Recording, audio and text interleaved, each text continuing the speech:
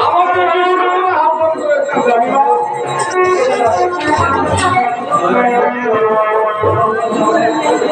আমার একমাত্র পুত্র জামার বাদশা আপনার নিকটে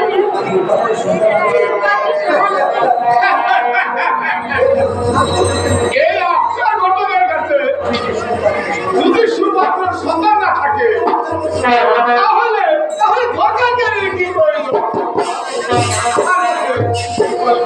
একটা সুপথে আছে রানীমা। মোবাইলে ডাটা দিয়ে ভালো চালু না।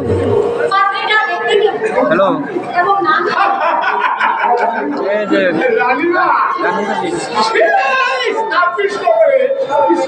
ছাব্বিশ টাকা করে কন্যা কমের বাস হ্যাঁ দেবী নাম নিশ্চয় দেবী উদয় দেখতে হবে রানীমা একদম হ্যাঁ দেখছি